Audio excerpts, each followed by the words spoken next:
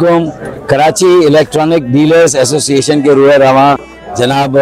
रिजवान खान साहब के आज घर पे एक बहुत बड़ी दावत इफ्तार का इंतज़ाम है और ये कराची की जो बड़ी मरूफ इफ्तार है जहाँ हर तबके, हर शोबे और ज़िंदगी की किसी भी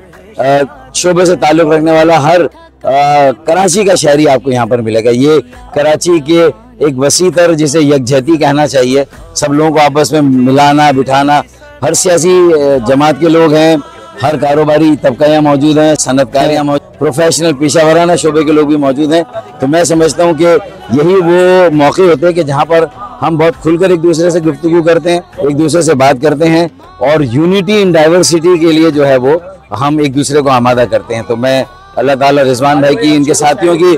उनकी तौफीकात में इजाफा करे, उन्हें ये बहुत अजर दे और उनके रिज़्क़ रोजगार में बहुत तरक्की, बरकत और वुसअत अता करे। रिजवान साहब के लिए भी और रिजवान साहब की तरफ से बाकी लोगों के लिए जो कुछ गलत फहमियाँ या खुश फहमियों में मुब्तला है ना, कि अभी गनीमत है सब्र मेरा,